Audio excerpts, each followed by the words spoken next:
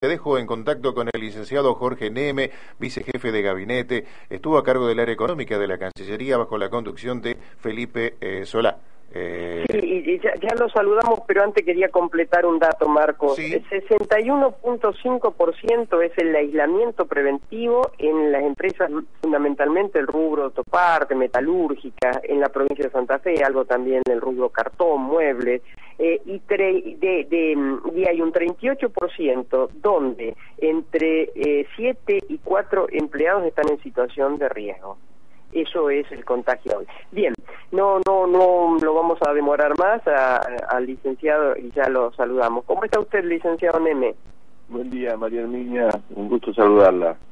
Bueno, igualmente, pero sé que me atrevía a compartir con usted en presencia estos datos porque obviamente usted sigue con atención la cuestión económica y estos son datos provocados por la pandemia de esta actualidad, al menos aquí en Santa Fe, datos que me decía ayer el titular de la FIFE anoche, dice seguramente mañana van a ser otros, ¿no? Porque esto es muy vertiginoso.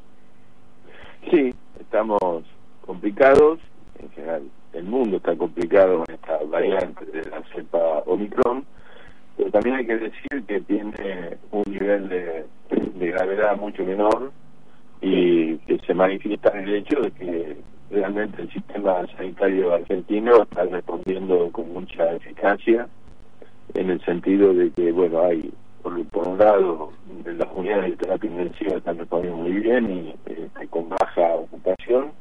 En segundo lugar, se sigue vacunando y todos los días hay gente que se está aplicando una tercera dosis, se está completando el ciclo, y eso agrega y suma una dosis de protección que es muy importante para que la enfermedad no se manifieste en sus síntomas más graves.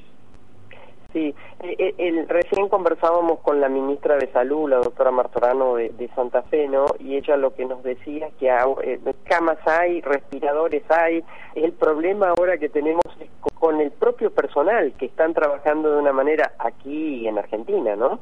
De una manera extenuante, porque también se contagian, obviamente, ¿no? Así que, bueno, estamos en un ojo de tormenta, por así decirlo.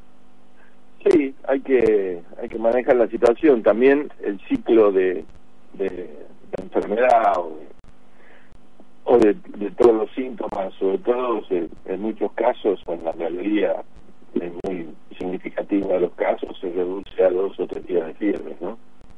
Sí.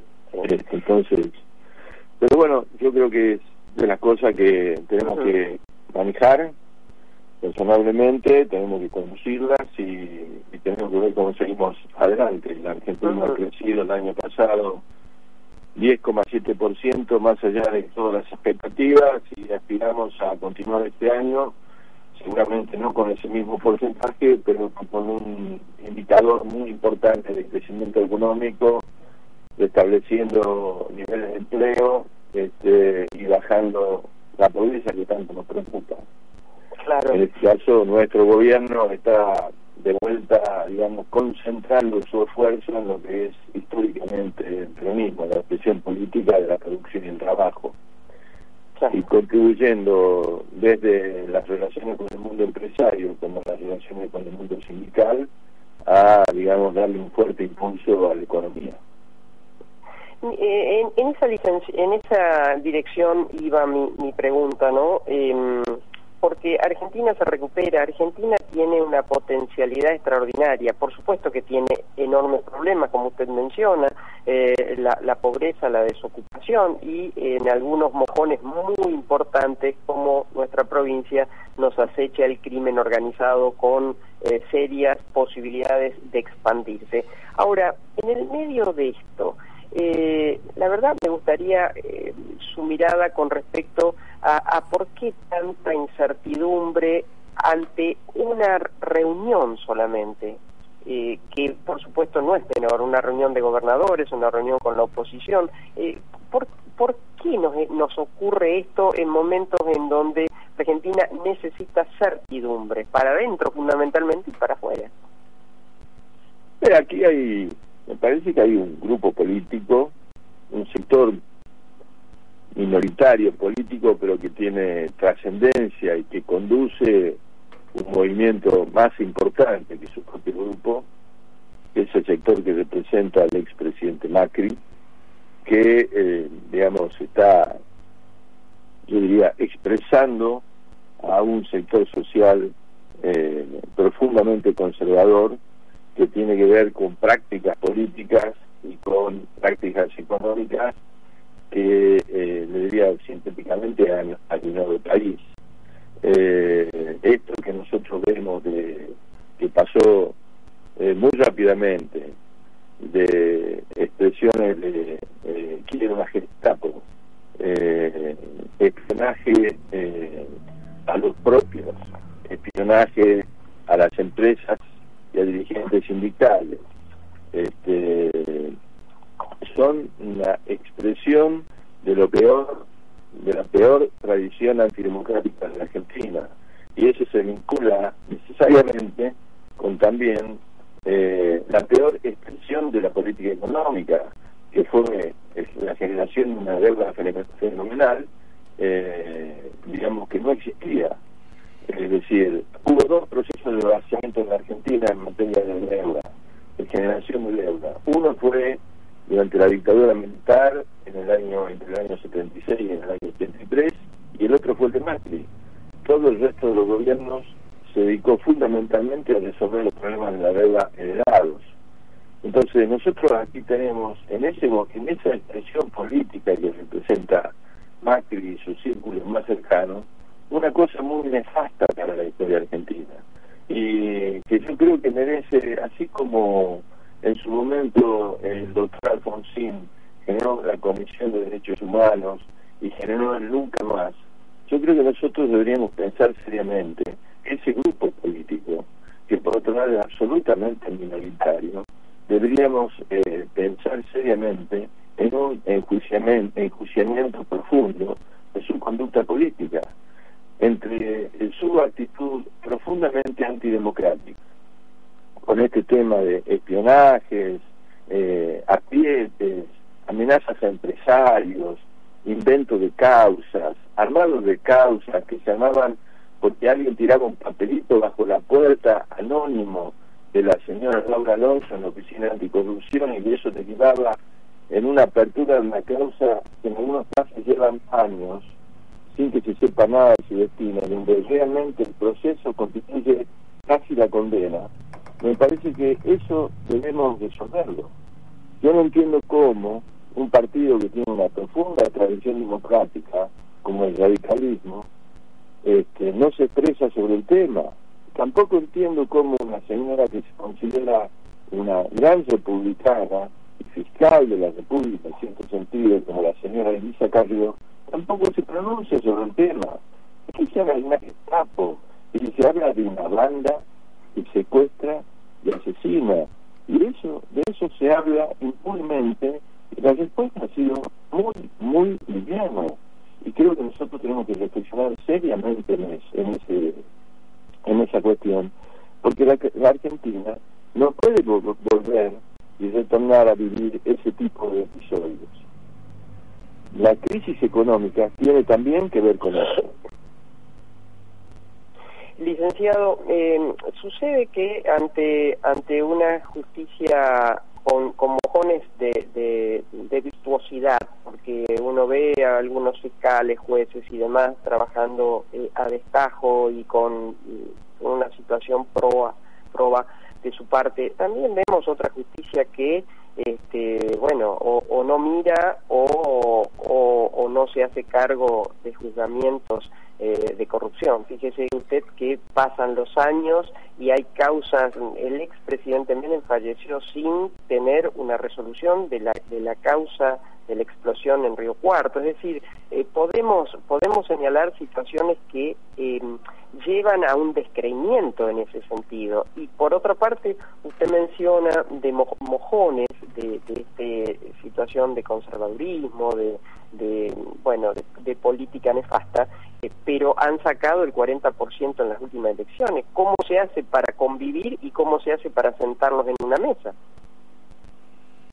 Mira, me parece que este tipo de cosas obliga a la clase política responsable se piensa a sí misma como expresión política de intereses nacionales y democráticos, hay que pensarse, a reflexionar. Se trata de eso. Y que además hay que ver, digamos, no solamente la herencia política de eso, y la expresión de este tema, que se expresa en el espionaje, en el armado de causas, en la mesa judicial, en el hecho de que el principal armador de las causas judiciales está prófugo. Sí. Está prófugo. El señor Rodríguez Simón está prófugo. Hace cosa de varios meses. Y debería ser motivo de atención pública que un hombre que se dedicó a armar causas para perseguir a gente, a dirigentes sindicales, a dirigentes empresarios, y que detrás de esa persecución a dirigentes empresarios aparecían otros empresarios con interés en comprar sus empresas, ¿qué es lo que se hacía? Todo eso, digamos, está desaparecido de la preocupación y de los títulos de los diarios. Y ese es un tema, como también es el tema muy importante, el tema del Fondo Monetario, cómo aparece hoy. Y el tema del Fondo Monetario aparece hoy como un problema de nuestro gobierno, del gobierno del frente de todos. Y en realidad, el problema del Fondo Monetario es un problema heredado del gobierno de Macri. No es un problema del gobierno del doctor Alberto Fernández ni de la señora Cristina Fernández de Kirchner. Es un problema heredado, inventado por el gobierno de Macri para pagarle a los bancos que especularon durante 2 años y medio con fondos, digamos, extrayendo parte del ahorro argentino y jugando divisas. Entonces, nosotros sí tenemos hoy que despejar ese problema, porque necesitamos darle previsibilidad a la economía argentina. Eso está claro. Ahora, viene el señor Cornejo a poner con el senador nacional por Mendoza, a poner condiciones de si va a votar o no va a votar, nos parece absurdo. Primero porque ellos generaron una deuda de 45.000 millones de dólares con el Fondo Monetario, en el convenio número 21 del país con el Fondo Monetario, y pasar por el Congreso. Y resulta que nosotros, para prorrogar esa deuda, para renegociarla y para establecer un calendario de pagos, el señor dice que no va a votar. Es toda una cosa absurda. Y todos los papeles están invertidos en esto. Cuando Macri asumió, el gobierno de la señora Cristina Kirchner entregó el gobierno con un 13,9% de deuda externa sobre el Producto Bruto Interno y solo un 36% de deuda nominada en dólares, el 6% del PBI. Macri gobernó una Argentina que se convirtió en la emisora récord de deuda en los primeros 2 años y llevó la deuda externa nominada en dólares al 88% del Producto Bruto Interno. Mientras se liquidaban empresas, se generaba desocupación, se incrementaba la pobreza, se caían las exportaciones y desaparecían las inversiones en activos reales, inversión en empresas, inversión en desarrollos productivos, inversión en ciencia y tecnología, inversión en obra pública. Eso fue el gobierno de Macri. El panorama, licenciado, y la descripción que usted hace es clarísima. Ahora la pregunta es, hay una fecha muy importante para Argentina, para nuestra producción, para nuestra desenvolvimiento diario, que tiene que ver con un vencimiento donde Argentina en marzo no tiene el dinero, y se puede correr la fecha de la foto, se puede correr las reuniones, pero hay vencimientos que no se pueden correr. Por lo tanto, ¿de qué manera, si seguimos cada uno con su puñado de razón, de verdad o de mentira, apoltronado en ello, de qué manera llegamos a un acuerdo? Mira, la batalla por resolver el tema del fondo la encaró el gobierno desde el primer día y fue muy claro el presidente Alberto Fernández, que venía a resolver los problemas de la deuda que no habíamos generado. Eso fue así. En segundo lugar, se convoca una reunión de gobernadores para explicar el momento en el que estamos en la negociación, y los gobernadores de la oposición lo van con distintas excusas. Lo más insólito es lo del señor Rodríguez Larreta, que dice que es una reunión política. Y sí, es una reunión de gobernadores, toda reunión de gobernadores es una reunión política. ¿Por qué no puede ir a escuchar el señor Rodríguez Larreta la explicación del proceso de negociación de la deuda que está, digamos, conduciendo el presidente Fernández y el ministro Guzmán, que es una deuda que el gobierno de él generó? Esta es la cuestión. Muy bien estuvo el gobernador de Jujuy, Morales, aclarando que había que estar, porque es una deuda que ellos habían tomado. Es la primera vez que Juntos por el Cambio se hace cargo de ese tema. Es la primera vez que un dirigente del Juntos por el Cambio dice: este tema es de mi responsabilidad. Y los demás miran para afuera. ¿Para qué no vamos a hablar de Macri ni de Patricia Bullrich? Que para ellos el problema no existe, es un problema del gobierno este. Y dígame, licenciado, ahora, ¿hay una fecha, hay una posibilidad? ¿Por qué ahora se pospone lo del lunes? No conozco el día a día de la conversación, ¿no es cierto? Pero bueno, espero que se realice la reunión, será el lunes, será el miércoles, en algún día de la semana, y que los gobernadores de la oposición se van a enterar del estado del proceso y de la negociación. Estamos todos, en el frente de todos, decididos a avanzar en cerrar ese capítulo. El capítulo 21 que nos dejó Macri, y darle previsibilidad a la economía y concentrar los esfuerzos en la inversión productiva, la creación de empleo, el desarrollo de nuestro sector exportador, avanzar sobre nuevos mercados. Se ha firmado ayer, antes de ayer, el canciller firmó un acuerdo importante con Cuba para desarrollo productivo, que significa la posibilidad de transferir tecnología, significa la posibilidad de exportar maquinaria, de que nuestros empresarios agropecuarios, nuestros hombres de servicios en el campo, nuestros ingenieros vayan a Cuba y contribuyan a producir en Cuba, en tierras súper altas que yo estuve visitando hace unos meses, para poder desde ahí, en primer lugar, abastecer al mercado cubano en divisas, en granos, en carne, y además de eso, convertir eso en una, digamos, hub regional para producir para otros países de la región. Esto es muy importante porque eso internacionaliza empresas argentinas, eso nos proyecta no solamente como productores de granos, sino también como productores de genética, como productores de maquinaria, nos proyecta, digamos, con el know-how que nosotros tenemos para producir, porque tenemos un enorme know-how de competir en la producción de proteínas de todo tipo, y es lo que tenemos que desarrollar en la Argentina. Esto viene como resultado de el acuerdo que finalmente llevó a ser elegido a nuestro presidente como titular de la CELAC. Bueno, nosotros tenemos una excelente relación con el gobierno de Cuba, más allá de un conjunto de diferencias. El gobierno de Cuba está pasando por un periodo muy interesante de revisión de un conjunto de cuestiones que hacen a su política. He tenido la oportunidad en su momento, en el mes de agosto, de conversar con 3 ministros y el viceprimer ministro, y he advertido una clara idea y vocación de cambiar las cosas y de digamos, acelerar la marcha hacia una transformación productiva de la isla, que tiene mucho potencial.